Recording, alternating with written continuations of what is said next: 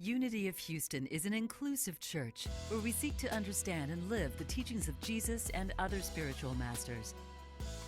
At Unity, we welcome all people from all spiritual paths and every walk of life. We celebrate the diversity of our city and of our world, and we teach love, tolerance, and oneness, seeking to live in harmony with open minds and open hearts. Wherever you are in your spiritual path, you are always welcome at Unity. Join us and discover that the life of your dreams is already within you. You may be a little surprised to find that our long-awaited guest speaker for this evening is not up here. It would be Charlie Thweet. We were really looking forward to his return and to being a part of Unity of Houston again. This is his home church, and he, for many years, sang from this particular place, in this particular place, because this was the sanctuary for so many years. And so we're really disappointed that he wasn't able to join us. An emergency came up in his personal life, and he had to attend to it. So we expect to have him back. So because we got short notice, because that's what emergencies do, they give you short notice, that we thought what we would do is kind of look at the progress of the Living on Purpose series that we're all immersed in, whether we're doing it as spirit group or whether we're attending the services on Sunday, how it is that they may be affecting us as we're considering it. So we're going to do just a little bit of kind of presentation tonight, and then we're going to move into our spiritual dialogue, and we'll talk a little bit more about that. So just to recap a little bit, I'm not really going to redo everything you've heard from Reverend Michael, but his Touchstone series this season has immersed us all in an exploration of our interests, our gifts, our values, so that we can understand the shape of our souls and what that might mean for this lifetime. It might also mean what we're here to do and what we're here to be. And then it's an opportunity for us to see how our soul is designed so we can bring our unique and natural selves to the world, doing what we really love. And that's often the greatest clue, people of love, when we show up as love in the world, when we do something that excites us, we know that we're tapping into a very deep soul value of some kind. So here we are, nearing the end of 2021, and living in a climate of fear and uncertainty. Now, not across the board, not all the time, but we have to admit, we have really trudged through an 18-month worldwide ambiguity at its best,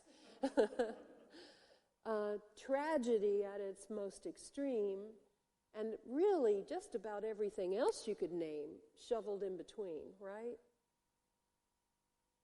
And so living in this time, what really is being called upon at this time is the maturity of our spiritual lives, the maturity of spirituality, to heal the issues in our lives. And as we mature spiritually and as we heal, we become better equipped to bring peace and love and compassion and wisdom and grace and truth into all of our experiences, no matter what they are, no matter what our role in life is, no matter where we live, no matter what language we speak, no matter what culture experiences we are having, no matter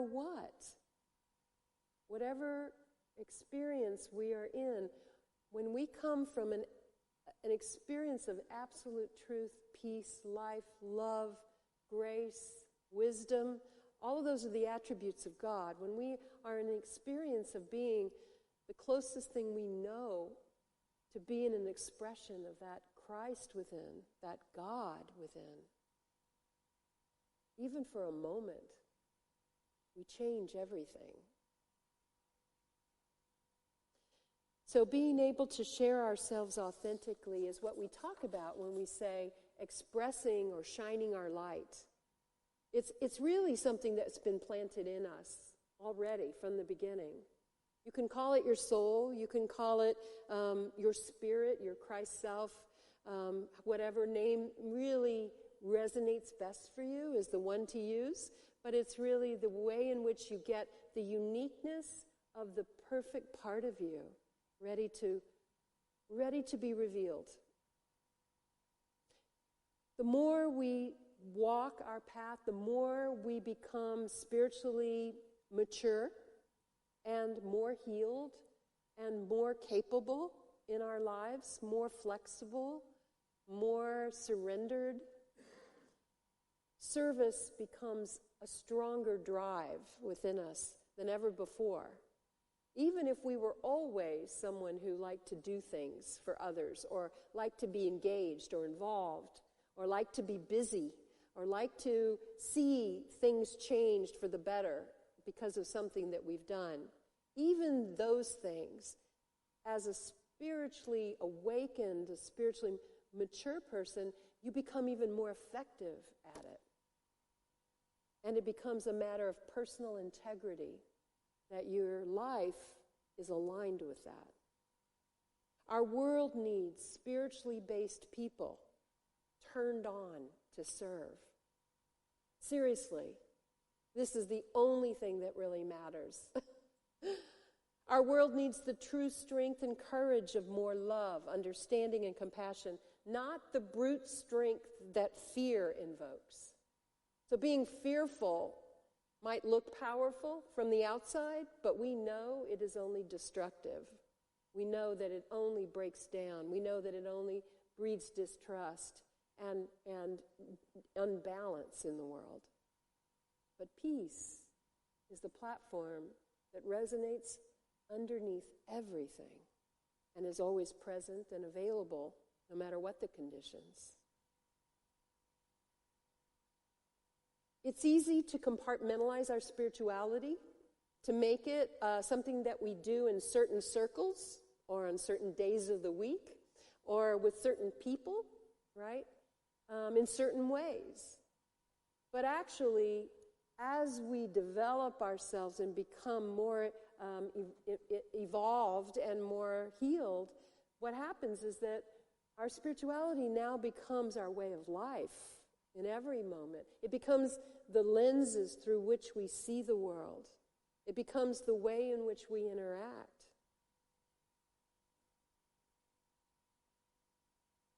There's another form of spectator spirituality, in a way, where we see how the things that need to be changed in the world, but we sort of sit back and we think, my spirituality is just about me and just about my life and just about, I've got so much stuff to still work on in my life that I really am not equipped to go out and offer anything out in the world. This is really just a job for me this lifetime, I think, just working on me.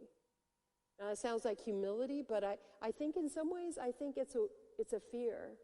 It's a way of not being sure that my gift is good enough yet, that I might still have to work on it and work on it and work on it and be something that is perfect before I can offer myself in the world. And that is just simply not so. Every step we take, things can be different, and we can make a difference. Just taking beliefs like there's only one power for good, evil has no power, just taking that one idea and using that as a basis for how we see the world changes how we express, how we change, how we can change a conversation.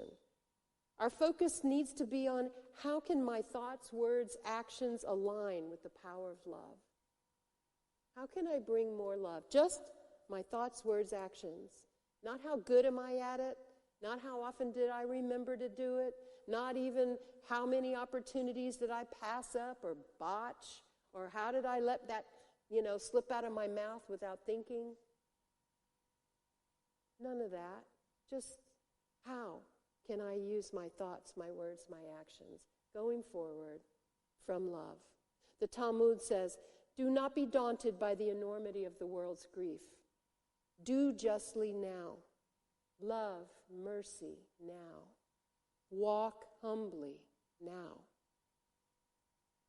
You're not obligated to complete the work, but neither are you free to abandon it. It is our responsibility. It is incumbent upon us. We breathe air, therefore, we are here for purpose, for reason, for usefulness, for love. So think about who or what is in your area of influence. Who's watching you from behind? Who's less skilled than you? Who's younger than you? Who's watching what it is that you're doing? Who's someone that you could support or encourage or teach or simply pat on the back and say, great job? What can you say or do? Who can you listen to with more love in your life? All of these things matter. And it doesn't change your career, and it doesn't change your schedule, your appointment book, or anything else that's driving your life right now. It only matters the quality and the way in which you do these things. Matthew chapter 5, Jesus said, "You are the salt of the earth. But if the salt loses its saltiness, how can it be made salt again? It is no longer good for anything except to be thrown out and trampled underfoot. You are the light of the world. A town built on a hill can't be hidden. Neither do people light a lamp and put it under a bowl. Instead, they put it on a stand, and it gives light to everyone in the house." The difference between being on a stand or under a bowl is really and truly perception, the flip of your decision to share, to shine, to take a deep breath, to do the best you know, to be what you try to experience all the time, to practice out loud. The Buddha said if you light a lamp for someone, it will brighten your own path. Rabbi David Cooper, a Kabbalist, a rabbi, Jewish rabbi, mystic, he said, spiritual awareness helps us to see our connection to all of life. So it's not limited even to human beings. It's just life itself, care for life itself. That's a big field to play in. Great big field to find your talent, to find your gift, to use your light, to share your love. In the Jewish mystical tradition, tikkun ha'olam is to repair the world. Each of us carry that responsibility to do what is ours to do, to make whatever difference we can make. The Talmud says, to save a single life is to save the whole world. And to save a life might mean a kind word at a pivotal time, a pat on the arm, re-encouragement, a hug, a kiss, a word, an example, a way of being. What does the world need now in this time of fear and uncertainty? Howard Thurman says, don't ask what the world needs. Ask what makes you come alive, and go out and do it. Because what the world needs is people who have come alive. Namaste.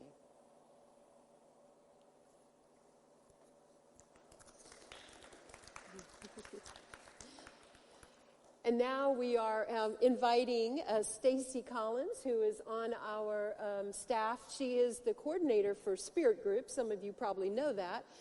If you've been involved with Spirit Groups, you may see Stacy in other roles. She's got more than one, though, right? Lots of roles.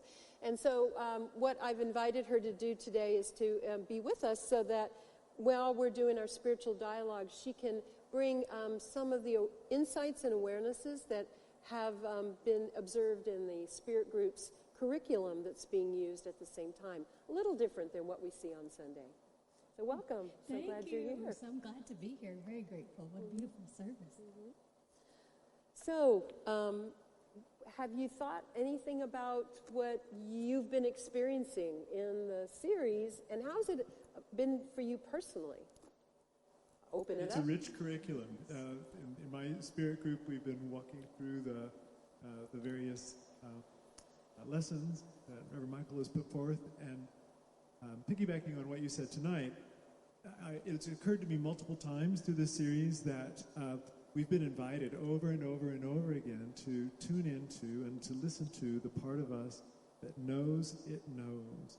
I remember the first time I heard this, I was probably in my 20s or so, listening to Mary Morrissey, I think is the one who said it, and it just, I hadn't heard it before, and it just resonated so deeply with me, because most of what we do with knowledge is that, like, I'm not a brain surgeon. I know that, and I'm content in not knowing that. And then there are other things that I don't know, and I want to know, and I go learn that, you know, like I would like to know how to, you know, maybe make some sort of special omelet. And I can go and research that, and now I know I don't know that, and I'm going to go learn that. And then there's this big batch of knowledge that we don't know. And that's very unpleasant, because that sometimes gets echoed back to us through the universe and through mistakes. You know, it's like, okay, I didn't know that, but now I do.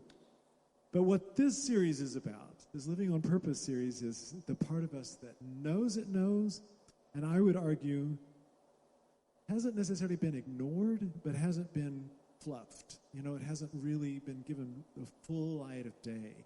And, you know, you sit in it for weeks now. It's sort of, there's a demand now to bring that forward. I've been leading a spirit group on Fridays. Hi and love to anyone who's watching who's part of the group. We have just really love this curriculum, Stacy. Thank you. And you know, hopefully you'll talk about it, but Stacy also is a co-host of a show on Unity Online Radio about spirit groups, so you can listen to her on there as well. So I just wanted to make sure we got that in there, because it's really rich material. My spirit group, one thing that we really noticed was a theme throughout what we've been doing in this series is noticing how we've looked at our purpose before, but in the context of the pandemic, we've put some things on pause. Maybe we're in survival mode or doing some things differently, and so there was this, oh yes, that's what I really love to do, or what I've been wanting to do, or where I want to live. And I just kind of put it on pause for the last year and a half or a couple of years, and it's calling to me. It's calling to me. And so that's been exciting to just see that light come back up of, oh, this is possible again, and I don't need to put it aside, and I want to give it some more energy. One of the things that came forward for me was that I've been wanting to lead a retreat here at Unity. I've supported retreats many times, and I wanted to lead one, and just very excited that Reverend Karen and I are going, we've got it in the books, we're planning to lead an insight meditation retreat on February 5th. So it's what's coming out of this spirit group of, we know our intention and we're taking action. We're putting things in the calendar, and we're moving ahead through the support that we have together. So that's just really been amazing. Yes, and you know, I've seen some of that too. It's almost as if this is a time of almost granting ourselves permission to, maybe we have been in a little bit of survival mode over the past year and a half, and it's like, well, no, what is bringing me joy? What are the things that really make me feel alive? And you know, some of it sounds like, okay, great, we're going to have a spirit group conversation about what our gifts are, our hidden gifts. This should be fun. But I can tell you, what I've seen is it takes great courage to discover that, because along with kind of excavating those and bringing those gifts to light, then we're also looking at, well, where have I kind of kept them hidden, or where have I let a limiting belief stop me from expressing them fully? So I just applaud everyone that's in a group and is doing this work, because when we advertise it, we're like, come, make friends, make connections, it's great. And then you get in there and it's work. It's spiritual work for those who want to do it, but the richness of it, the things that people are experiencing for themselves and discovering about themselves through courage and through the support of seeing one another, it's just really been, it's so rewarding to see. And I think something else that is that has been that I've noticed through this pandemic is that as people coming back into life, and they had let go of some things out of necessity, sort of the circumstance shut down being able to take on, to do many of the projects that were just commonplace before the pandemic. Now that we're coming back into the world, it's kind of like, I don't know that I want to do all those things again. People are kind of picking and choosing a little bit more selectively. It's sort of like there's been a filtering process to allow that core self to come more to the foreground, too. I know that's true for me. I think that what I can really relate to what you're saying, and as well as an observation of that. It's like, it's kind of like our little vehicles had got taken off the road and set on the side of the road, and we haven't been racing down the road like we were doing before. Not that we weren't engaged or involved. We might have just been doing off-road. We were doing off-road travel, right? Just doing something else and going out here and kind of waiting for this other thing to be over, right? When is COVID going to be over? When can I come back to normal? When can we do the normal stuff again, It's like by the time after 18 months, they say that, what is it takes to change a habit? 30. Like 30 days, right? I've heard that. I've heard 3 months really to get something going. But 18 months? I mean, and if we've just been kind of wandering aimlessly in our lives for 18 months, it's no wonder that things have shifted and changed in us. Things have shifted and changed in the world. And a lot of things that were on their way, maybe cratering or about to go out, have just dropped off completely. And some things that we saw needed to happen or were coming are suddenly just like right here, already here. It's like we've sort of, when we got back on the road, we didn't get back on the road where we left it. We got back on the road and took off in an entirely different direction, There's just a whole new sense of possibilities, I think, in this whole creative disruption that has happened in the world and therefore in our lives.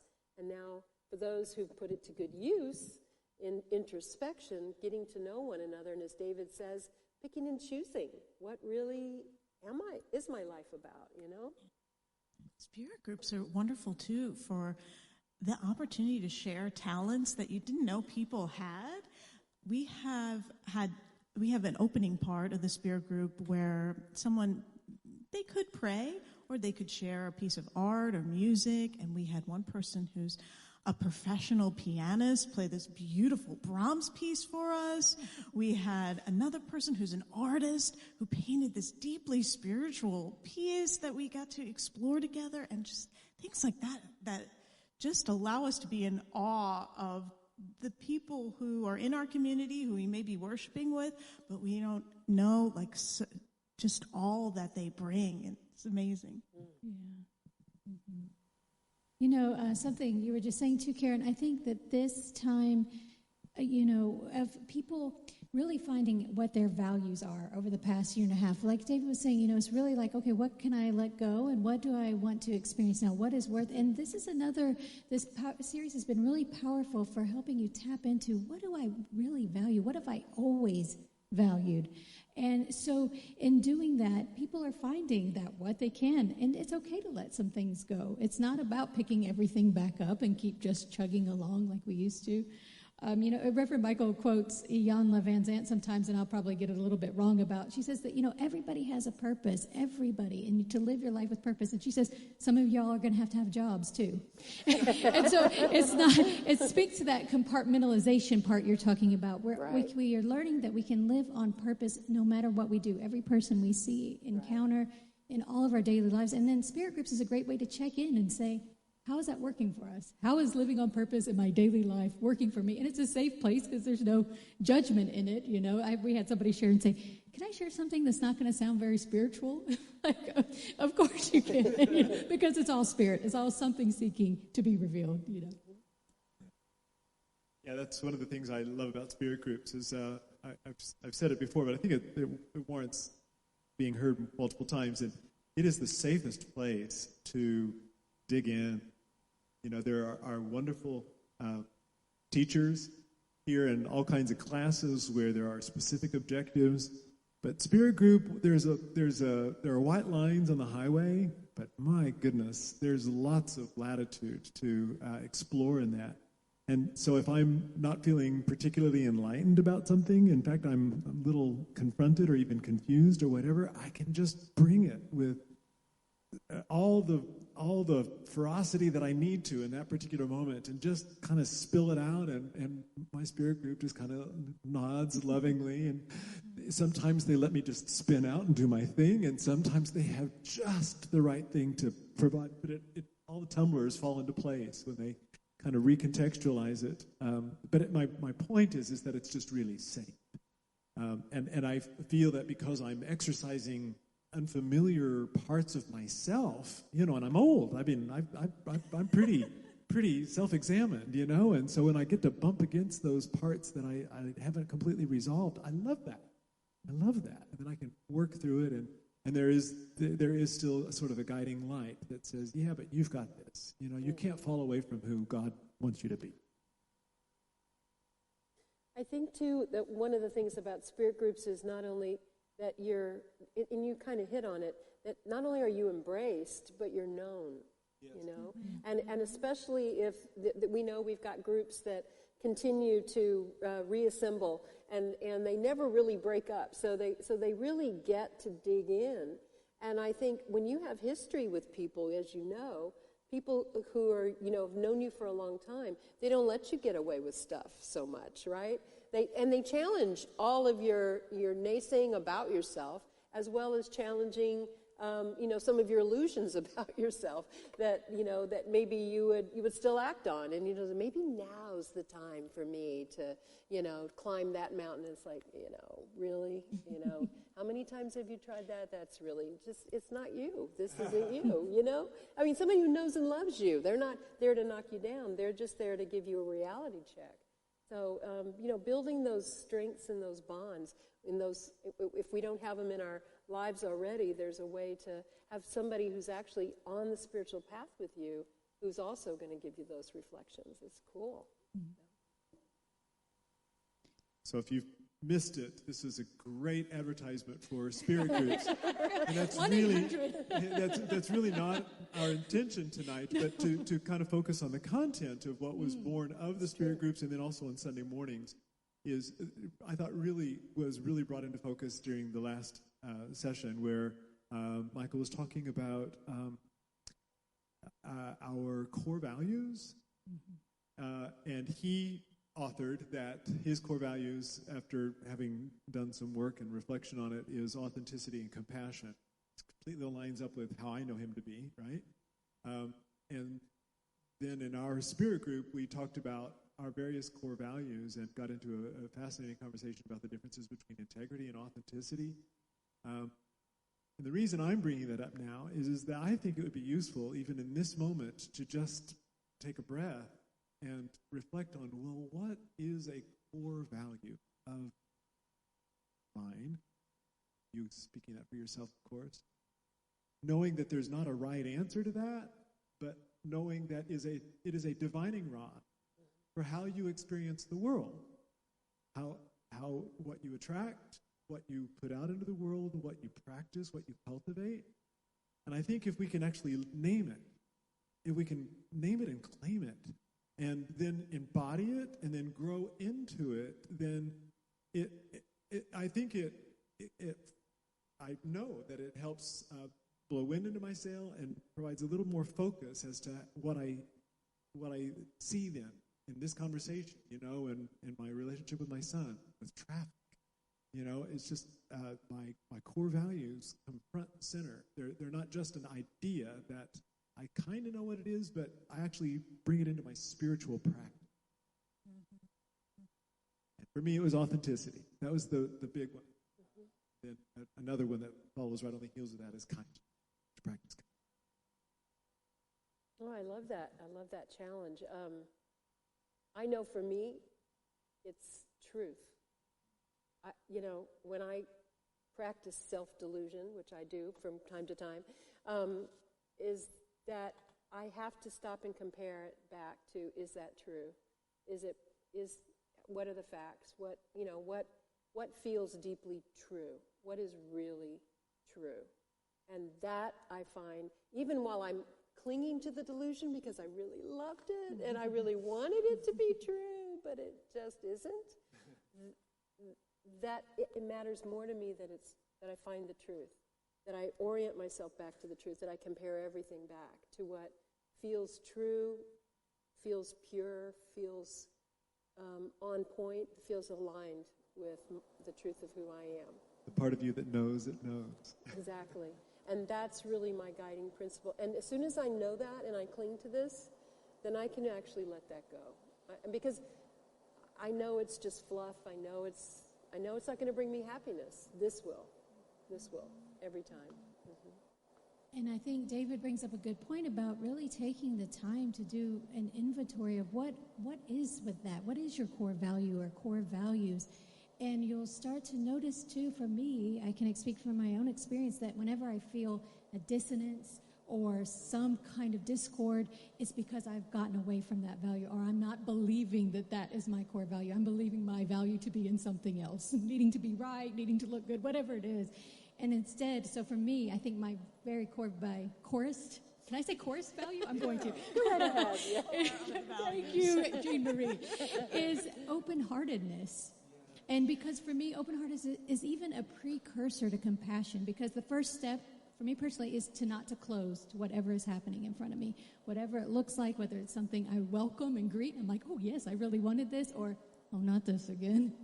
But stay open. Why? If it is, what is this again? Well, there's something to be, I'm supposed to be learning from that, or knowing about myself or the situation. So open heart, that's my core value. I thought I might opt out because our group hasn't met yet to talk about this. But no, I'm aware of my values. One is definitely heart-centeredness, being guided by my heart, checking in with my heart if there's something that, is this love-centered? Is this life-giving? Is it just something that I feel I should be doing? I know that's a head thing. And the other thing is seeing wholeness, that there's nothing ever missing. So if I remember to center back into that, there's nothing missing, there is only wholeness, and it allows me to see that all the resources, everything that's needed is present. So if I'm not experiencing that, I'm not remembering wholeness. So I get to tap back in, and I think about tonight's service as an expression of that there was Charlie Thweet was supposed to come, and no, he's gone. Yeah, we were going to sit back and just enjoy the service this evening. That's right? What we were. I was looking forward to that, but that just out of the creativity of spirit and our teamwork, that this arose, and we're so blessed to have Stacy with us tonight. I love it. I love what you say about wholeness too. That I believe that. I believe that for you, and I believe that for myself. And believe, in this case, live it. I can't say that I'm always in that zone, but I live it and practice that. And I have that same corollary with the word perfection. Michael cracked me up. I say Michael because that's his preference. I used to call him Reverend Michael, and he said, yeah, stop that. So I'm self-conscious now about referring to him as not Reverend Michael. But okay, Reverend Michael cracked me up, and I think it was in the Spirit Group video where he said that he wished he had thought of it first, in which case he would have put it on a placard in front of the building, and it says, "No perfect people allowed." It's something like that. Yeah. I'm not exactly sure if that's right. And that's, I get his point. I totally get his point. Is we bring our broken, silly selves to the altar, and that's exactly what God wants. But I think of it as I only work with perfect people. All the time. The adult amateur choirs, the children I work with, I only work with whole, perfect, and complete people. Now, if they bounce around in that knowing, that's fine. I can hold vigil for them while they just...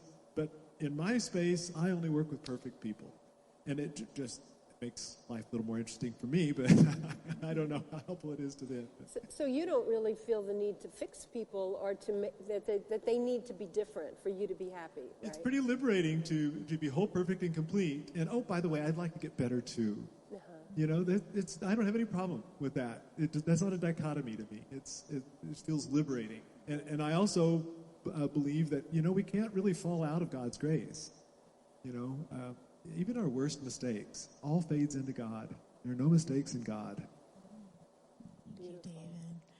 Well, as we complete our time in spiritual dialogue, I just want to check in with you, Stacy. Is there's anything else that we should know about spirit groups? Well, I just want to say that if you're not in a group this fall, don't worry, you didn't miss out. Like we said earlier, it feels like we've kind of done a little bit of an advertisement for them that wasn't intention. But that email me, call the church office. They'll get you in touch with me, and I'd love to help you find a group, because if you're looking for the connection and looking for how you can put these spiritual practices that are so beautifully talked about in Wednesday Night Satsang, our Sunday services, all our adult classes, if you're looking for people to support you in your implementation of that and to love you right where you're at and see you as perfect, we have a place for you in spirit groups. So, yes, it's just a blessing. And thank you for everyone that's participating. Your courageousness, your willing to walk your spiritual walk are just a blessing to us all. Thank you, Stacy. Thank you for watching this message today. I'd like to invite you to join us in person here on campus at Unity of Houston for Sunday morning or Wednesday evening services. If you can't be with us here on our campus, you can still join us live on Facebook or on our website, unityhouston.org, Sunday mornings at 11 a.m. Central.